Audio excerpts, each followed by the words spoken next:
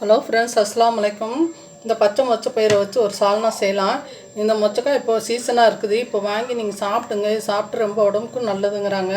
இந்த மாதிரி மொச்சக்காய் வாங்கி நல்லா தோல் உரித்து இந்த மாதிரி நம்ம எடுத்து வச்சுக்கலாம். இதை ஒரு சால்னா செய்யலாம். மசாலா சால்னா எப்படி செய்யலான்னு பார்க்கலாம். ஒரு குக்கரில் 2 ஸ்பூன் ஆயில் எடுத்து வச்சுருக்கேன். நீங்கள் எவ்வளோ தேவையோ அந்த அளவுக்கு ஆயில் எடுத்துக்கோங்க. ஆயில் காஞ்சிட்ருக்குது. இப்போ இந்த வெங்காயம் வந்து கொஞ்சம் ஒரு சின்ன பெரிய வெங்காயத்தில் கொஞ்சம் சின்ன வெங்காயம் கொஞ்சம் அரிஞ்சு வச்சுருக்கேன். அதில் 2 பச்சை மிளகா, கொஞ்சம் கொத்தமல்லி தலை எடுத்து வச்சுருக்கேன். அதை இதோடு சேர்த்திக்கலாம்.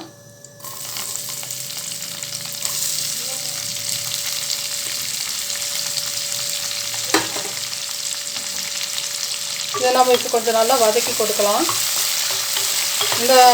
இந்த சால்னா வந்து நாம் சாப்பாட்டுக்கும் வச்சுக்கலாம், நம்ம இட்லி தோசைக்கும் வச்சுக்கலாம், பூரி சப்பாத்தி எல்லாத்துக்குமே இந்த சால்னா வந்து யூஸ் ஆகும். நல்லாயிருக்கும் மசாலா சால்னா. நீங்களும் இந்த மாதிரி செஞ்சு பாருங்கள். இந்த பயிரை தோல் உரித்து பிதுக்கி குழம்பு வைப்பாங்க, சால்னா வைப்பாங்க. அதுவும் நல்லா தான் இருக்கும். அர்ஜென்ட்டுக்கு இந்த மாதிரி கூட நம்ம செஞ்சுக்கலாம். நிறைய பேர் இங்கே இந்த பக்கமெல்லாம் யாருமே தோல் பிதுக்கி எடுத்து குழம்பு வைக்கிறதில்ல, சால்னாவும் செய்கிறதில்ல. சும்மா இந்த மாதிரி பச்சையாக உரித்து போட்டு அப்படியே வச்சிட்றாங்க சால்னா. அது மாதிரி தான் நானும் இப்போ வைக்கிறேன். இப்போ இது கொஞ்சம் நேரம் வெங்காயம் வதங்கட்டும். வெங்காயம் போட்டு நல்லா வதங்கி வருது. இப்போ நம்ம இஞ்சி பூண்டு பேஸ்ட்டு சேர்த்திக்கலாம். இந்த குழம்பு இது ஒரு 4 பேர் சாப்பிட்லாம் அந்த அளவுக்கு வைக்கிறேன். அதுக்கு ஒரு டீஸ்பூன் அளவுக்கு நான் இஞ்சி பூண்டு பேஸ்ட் சேர்த்துறேன். இது ஃப்ரிட்ஜில் இருந்து எடுத்ததுனால அப்படி ட்ரையாக இருக்குது. போட்டு வதக்கிட்டால் சரியாயிடும். இன்னும் கொஞ்சம் கூட நம்ம சேர்த்துனா சேர்த்துக்கலாம். எடுக்க முடியல.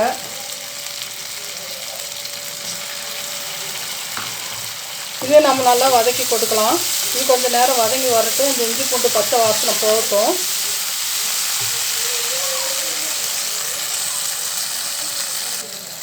இஞ்சி பூண்டு பேஸ்ட்டு போட்டு நல்லா வதங்கி வந்துருச்சு. இப்போ நம்ம கழுவி எடுத்து வச்சுருக்க இந்த மொச்சப்பயிரை சேர்த்திக்கலாம். இது 300 கிராம் மொச்சப்பயிறு அந்த அளவுக்கு இருக்குது. இதை சேர்த்துக்கிறேன் நான். நீங்கள் எவ்வளோ வேணுமோ அந்த அளவுக்கு சேர்த்துக்கலாம். நம்ம இது நல்லா ஃப்ரெஷ்ஷாக பச்சையாக இருக்கிறதுனால சரி குழம்பு வச்சிடலாம். அப்புறம் போட்டு தண்ணியில் போட்டு ஊற வச்சு பிதுக்கி எடுத்து நம்ம குழம்பு செய்ய 2 நாள் ஆகிடும். சரின்ட்டு இப்போதைக்கு குழம்பு தேவைப்படுதுன்ட்டு தான் இந்த மாதிரி நான் செய்கிறேன். இப்போ இது நல்லா கொஞ்சம் நேரம் அப்படியே பச்சை இது வாசனை போட்டு நல்லா வதங்கட்டும். இதில் கொஞ்சம் நேரம்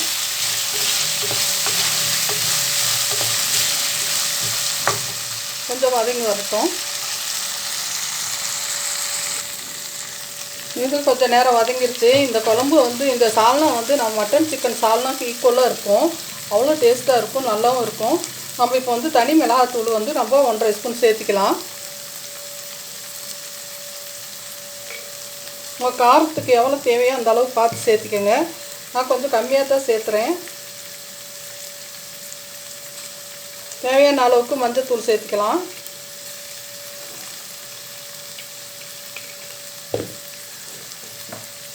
கொஞ்சம் மல்லித்தூளும் சேர்த்துக்கிறேன் நான்.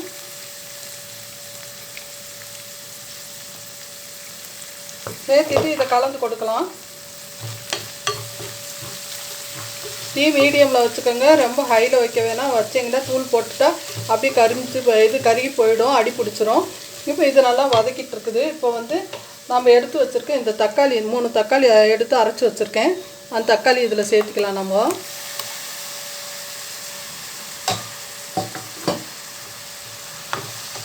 இது நல்லா தக்காளி நல்லா ட்ரை ஆகி வரட்டும். அந்த அளவுக்கு இது கொஞ்சம் நேரம் ஆயிலே வேகட்டும்.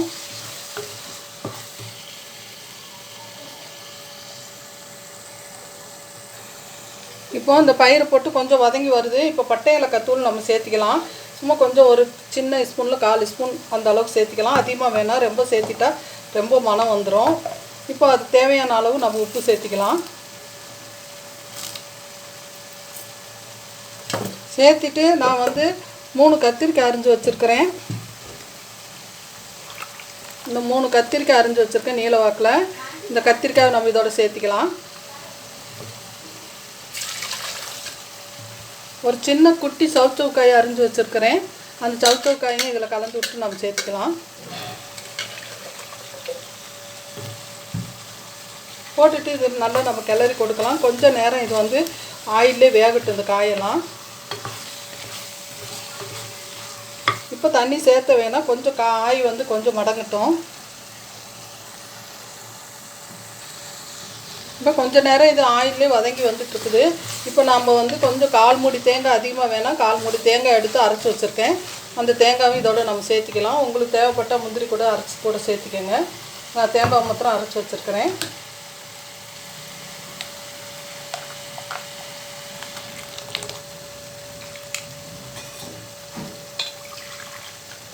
நம்ம குழம்புக்கு எவ்வளோ தண்ணி வேணுமோ அந்த அளவுக்கு நம்ம பார்த்து நம்ம சேர்த்திக்கலாம்.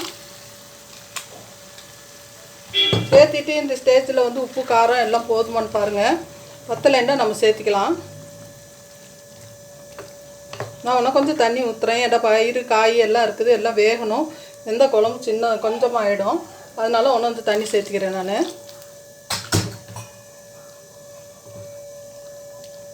இது நல்லா ஒரு கொதி வரட்டும். கொதி வர விட்டு நம்ம மூடியை போட்டு 2 விசிலை விட்டு நம்ம எடுத்துக்கலாம்.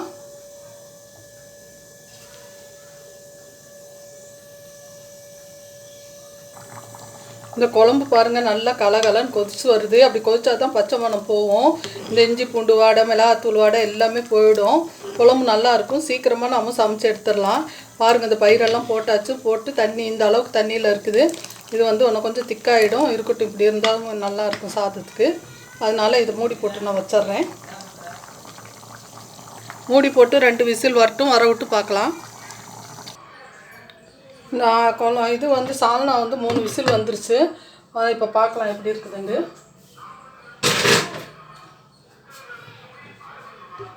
பாருங்க எவ்வளோ சூப்பராக எவ்வளோ அழகாக வந்திருக்குது. இந்த பயிறு காய் எல்லாம் நல்லா வெந்து நல்லா சூப்பராக வந்திருக்குது. நீங்கள் இன்னும் கொஞ்சம் திக்காக வேண்டாம், தண்ணி குறைச்சிக்கோங்க. இன்னும் கொஞ்சம் தண்ணியாக கொஞ்சம் அதிகமாக குழம்பு வேண்டாம், தேங்காயும் தக்காளியும் கூட சேர்த்திக்கோங்க. சேர்த்துக்கிட்டிங்கன்னா ரொம்ப சூப்பராக இருக்கும், நல்லாயிருக்கும். நீங்களும் இந்த மாதிரி சமைச்சு பாருங்கள். எல்லாமே நல்லா வெந்துருச்சு. நீங்களும் இந்த மாதிரி சமைச்சு பாருங்கள். லைக் பண்ணுங்கள், ஷேர் பண்ணுங்கள், கமெண்ட் பண்ணுங்கள், சப்ஸ்கிரைப் பண்ணுங்கள். இந்த சேலம் பாபிமா சமையலுக்கு ஆதரவு தாங்க. அஸ்ஸலாமு அலைக்கும் வரஹ்மத்துல்லாஹி வபரகாத்துஹு. அஸ்ஸலாமு அலைக்கும். இந்த சீசனில் இந்த பயிரெல்லாம் கிடைக்கும் போது நம்ம வாங்கி சாப்பிட்டுக்கலாம். இயற்கையான பொருள்கள், மறந்துடாதீங்க, வாங்கி சாப்பிட்டுங்க.